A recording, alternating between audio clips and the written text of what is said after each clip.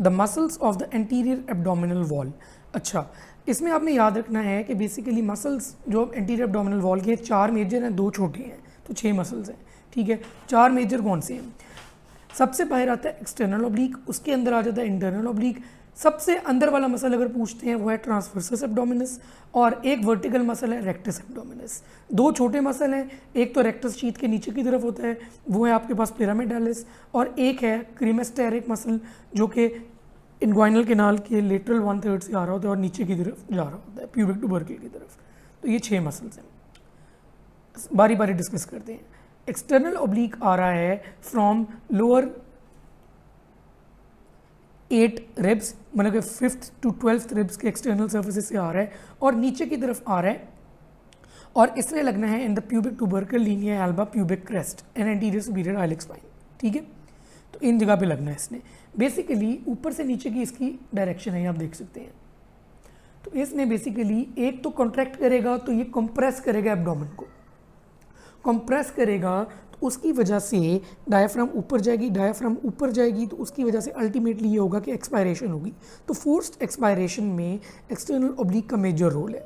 साथ ही साथ ये बेसिकली फ्लेक्स करता है ट्रंक को, या फ्लेक्स करता है एब्डोमेन को अंदर की तरफ। ठीक है, ऊपर से नीचे जैसे आप होते हैं, यह काम है एक्सटर्नल ऑब्लिक का।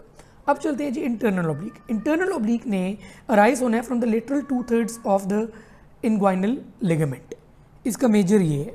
साथ ही साथ इसने इलियक क्रेस्ट और थोरैकुलम फेशिया से भी होना है, और इसने जाके लगना है रिब्स पे लगना है, और पेक्टिनियल लाइन पे लगना है, और लीनिया एल्बा पे लगना है। तो इसका डायरेक्शन क्या है? ये डायरेक्शन है इसका, नजर आ रहा है आपको? यहाँ से यहाँ, यहाँ से यहाँ, नीचे से ऊपर डायरेक्शन है इंटरनल ऑब्लिक का। फिर आता है ट्रांसवर्सस एब्डोमिनस। ट्रांसवर्सस एब्डोमिनस के नाम से ही पता चल रहा है कि ट्रांसवर्सा मसल है, तो ये आएगा from lateral 1/3 of the inguinal ligament, और इसने जाके लगना है वही लीनिया एल्बा, प्यूबिक क्रेस्ट और पेक्टिनियल लाइन पे।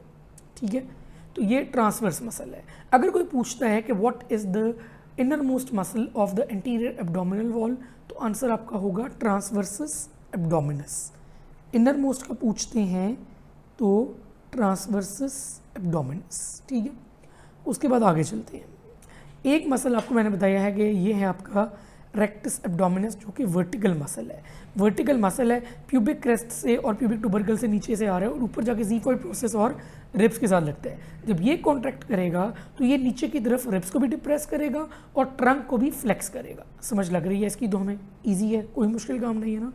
अब इंपॉर्टेंट चीज़ क्या है कि आपके जो ऑब्लिक्स हैं, एक्सटर्नल ऑब्लिक, इंटरनल ऑब्लिक और ट्रांसवर्सल एब्डोमिनस, ये एक इसको एनगल्फ करते हैं आगे से और पीछे से, रेक्टस एब्डोमिनस को।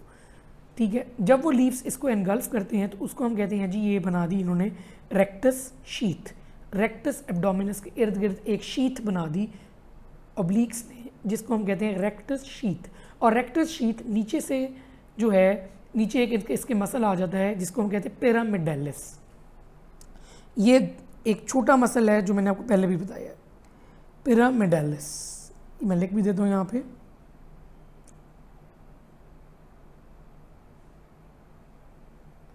पिरामिडालिस। अब इसके बारे में सिर्फ 2 चीज़ें पूछी जाती हैं। Which muscle is present in rectus sheath, उसका आंसर होता है पिरामिडालिस। मैं नीचे लिख भी देता हूँ, रेक्टस शीथ में ये है। Which muscle is present in the lower part of rectus sheath, उसका आंसर भी पिरामिडालिस होता है। अच्छा, उसके बाद एक और मसल के बारे में पूछा जाता है, क्रीमेस्टेरिक मसल। मैंने आपको बताया वो यहाँ से शुरू होता है इनग्वाइनल लिगामेंट के लेटरल 1/3 से, और नीचे की तरफ जा रहा होता है, और उसने बेसिकली टेस्टिस की रिट्रैक्शन करवानी होती है। कौन सा मसल है जी?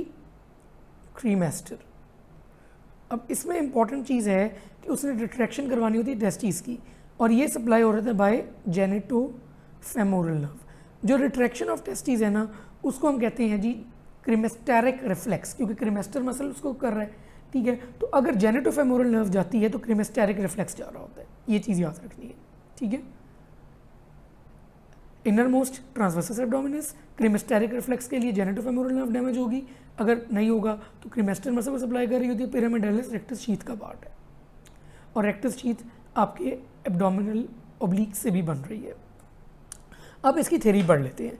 The muscles of the anterior abdominal wall consist mainly of 3 broad thin sheets that are aponeurotic in front, from exterior to inferior आ जाती हैं external oblique, internal oblique, transversus abdominis. साथ ही साथ either side of the mid line anteriorly vertical muscle होता है जिसको हम कहते हैं जी रेक्टस एब्डोमिनस, ठीक है।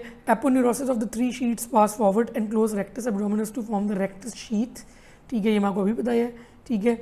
और लोअर पार्ट में आ जाता है आपके पास पिरामिडालिस, ये बार बार पूछा गया है। क्रीमेस्टर मसल जो है वो lower fibres of internal oblique से आ रहा है और inferiorly as a covering of the spermatic cord enter the scrotum, और इसने जेनेटोफेमोरल नर्व से सप्लाई होना है।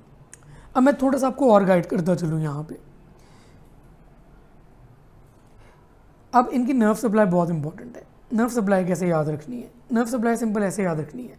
पहले तो आपको पता होना चाहिए T7 से T11 तक जो है ना वो है आपकी इंटरकॉस्टल नर्व्स, T12 जो है वो है आपकी सबकॉस्टल नर्व, और L1 जो है वो है आपकी इलियो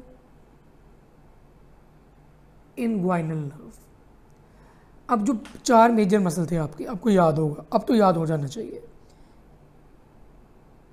external oblique, internal oblique, transversus abdominis, rectus abdominis, ये 4 मेजर थे।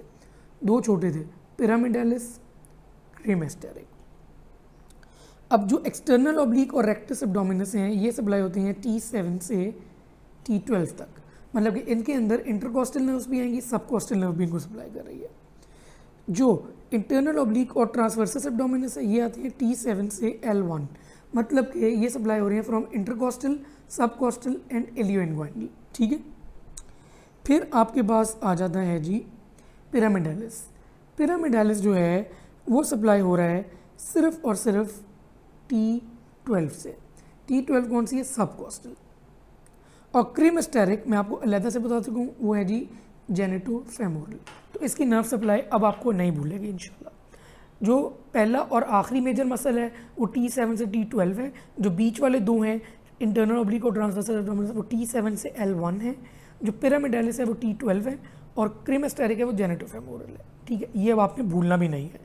इनके नाम भी याद करें। T7 से T11 इंटरकॉस्टल नर्व्स आ जाती हैं, T12 सबकॉस्टल नर्व होती है जो नीचे होती है अलहदा, और L1 जो है वो इलियो इनग्वाइनल नर्व होती है।